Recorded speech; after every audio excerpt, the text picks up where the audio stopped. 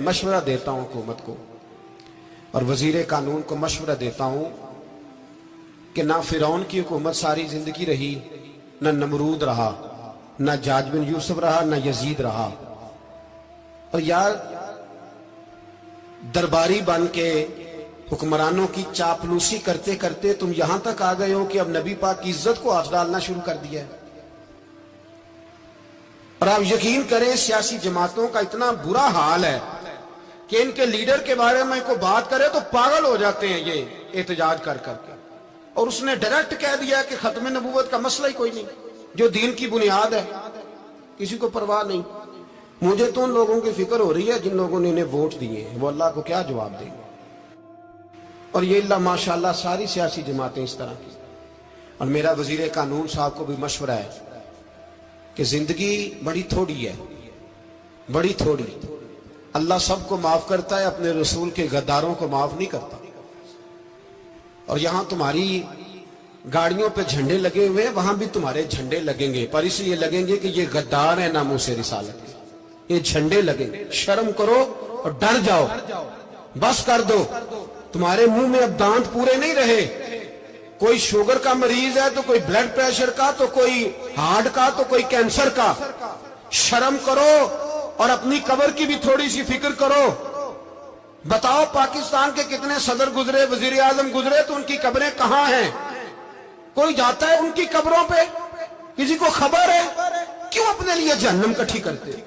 सारा कुछ दुनियादारी रह गई है, सारा कुछ सिर्फ यही रह गया। हजरत अबू बकर सरदार थे, हजरत उमर सरदार थे कबीले, हजरत उस्मान सरदार थे।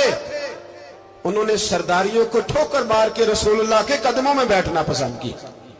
सरदारियां छोड़ के गुलाम बन गए। तुम सरदारियां बचाने के लिए रसूलुल्लाह की गद्दारी करते हो, शर्म नहीं आती? और कौम शिकवा है मुझे इन लोगों से जो मौलवी तो कह देते हैं तू सियासत नकार, और किसी सियासतदान को मना नहीं करते कि जब तुझे सूरत फातिहा भी नहीं आती तो तुझे किसने इजाजत दी है इतनी बड़ी बात। और मैंने पिछले से पिछले जुम्मे भी कहा था, फिर कहता हूं और ऑन दी रिकॉर्ड कहता हूं, मरज़ई कल भी काफिर थे, आज भी काफिर और कयामत तक। और जो उनके कुफर में शक करे वो भी, और पक्का बेईमान है, काफिर है। वो वजीर कानून हो या सूबाई हो या विफाकी हो, मन शक्का फी कुफर ही फकत कफर। जो मरज़ई के कुफर में शक करे वो भी काफिर है। हमारे रसूल आखिरी रसूल है।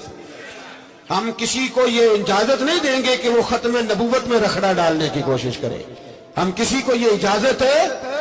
और तुमने कौम को लूटा, लूटते रहो, अब ईमान पे डाके तो ना डालो। तुम्हें दौलत लूट के पेट नहीं भरा, अब ईमान लूटना शुरू कर लिया। तुम्हारा फैक्ट्रियां लूटकर, कौमी खजाना लूटकर पेट नहीं भरा। बेईमानो, अब दीन बेचकर अपनी हुकूमतें पक्की करोगे। और वो लोग भी तैयार हो जाएं जो इन बेईमानों को मुंतखब करते हैं, उनसे भी सवाल करेगा खत्म नबुव्वत का मौजू क़यामत के दिन कि तुम बताओ। इनको सपोर्ट करते थे जो रसूलुल्लाह सल्लल्लाहु अलैहि वसल्लम के बाद भी किसी नबी को नबी मानना दुरुस्त जानते थे। शर्म आनी चाहिए, ख्याल होना चाहिए। और मैंने कहा कि हमारा दिल नहीं चाहता, आप यकीन करें, तो हमें शौक है जुलूस निकालने का, तुम्हारे खिलाफ बातें करने का। तुमने रोज थर्मामीटर निकाला होता है, चेक करते हो कि ईमान कितना है कितना नहीं है। ये पाकिस्तान अगर सूबा सिंध है तो हजरत अब्दुल्ला शाह गाजी का है, अगर बलोचिस्तान है तो हजरत बाबा अब्दुल रहमान का है, और अगर पेशावर है तो वो सूफिया का है, और अगर ये धरती पंजाब है तो ये दाता अली अजमेरी की है, ये बाबा फरीदुद्दीन की है। इसमें किसी गद्दार को कब्जा करने की इजाजत बिल्कुल नहीं मिलेगी। और हम वो लोग भी नहीं जो चुप करके अंदर सोते रहे, कौम जो करती है करती रहे, हमें परवाह नहीं ना, ऐसी कोई बात नहीं। कोई बंदा ना समझे कि इन्हें होश नहीं, इन्हें पता नहीं, हमें सारा कुछ ही आता है। फिर अगर कल को कोई मुमताज कादरी पैदा हो गया तो शिकवा ना करना, कल को कोई फिर से आमर चीमा निकल आया तो शिकायत ना करना, याद रखना।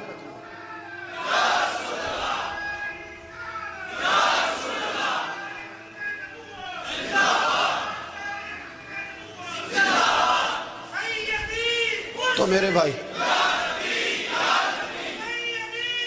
खोल के बोलो, या नबी रसूल के बोलो।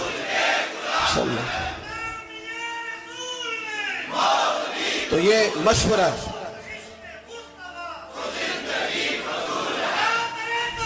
جزاک اللہ. تو یہ تمہیں مشورہ ہے.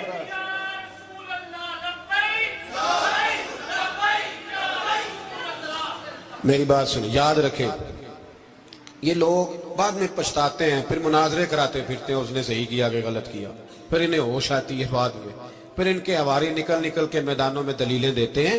اس لیے ہمارا مشورہ ہے انہیں کہ یہ اپنی حد میں رہیں، اور جو کام تمہارے ذمہ، میں نے کہا نا تم نے بڑا لوٹا، یہ قوم روز تمہیں موقع دیتی ہے لوٹنے کا، یہ موقع دیتی ہے، تو تم نے دولت لوٹ کے پیٹ نہیں بھرے، اب ایمان لوٹنے کے چکر میں آ گئے ہو.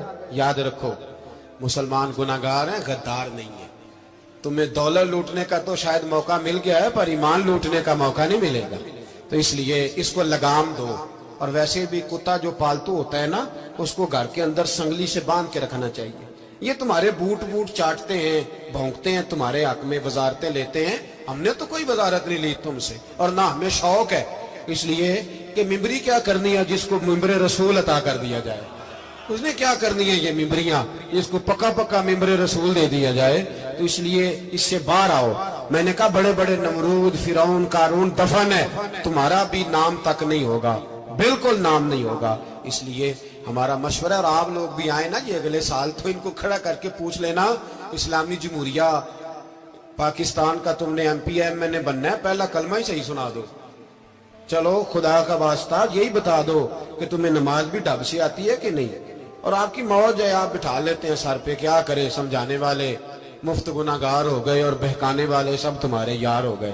اس لیے یہ چھیڑتے ہیں جان بوجھ کے. اور پھر جب کوئی ممتاز قادری علیہ رحمہ پیدا ہوتے ہیں، پھر انہیں دشواری ہوتی ہے، پھر ان کا جینا مشکل ہو جاتا ہے. یہ موقع دیتے ہیں، پتہ نہیں کس کے ایجنڈے پہ عمل کر رہے ہیں. میرا سوال یہ ہے، میں نے پچھلے جمعے پھر میرا سوال ہے کہ میں پوچھتا ہوں، اس آدمی کو ضرورت کیا ہے ختم نبوت پر بات کرنے؟ جب امت مسلمہ کے متفق کا فیصلہ ہے کہ مرزائی کافر، اسمبلی نے بل پاس کر دیا کہ مرزائی، ان کو اقلیت قرار دے دیا، اور جب سے وہ اقلیت بنے، نہ ہم نے ان کی عبادت گاہ جلائی، نہ ہم نے ان کو قبروں سے نکالا، نہ ہم نے، بس ٹھیک ہے جیسے عیسائی رہتے ہیں، یہودی سے کس ملک میں رہتے ہیں وہ بھی رہے، اقلیت بن کے رہے، کوئی اعتراض. پر تم انہیں کھینچ کے کیوں قریب کرتے ہو؟ تمہارا کیا جرانہ ہے ان کے ساتھ؟ بتاؤ تو صحیح. ان لوگوں سے ان کو چاہیے اپنے منہ میں لگام ڈالیں، اور اگر نہیں ڈالیں گے پھر انشاءاللہ ڈالی جائے گی، اور بڑی تگڑی ڈلے گی، اور پھر ایسی ڈلے گی. سلمان تاثیر جب مرا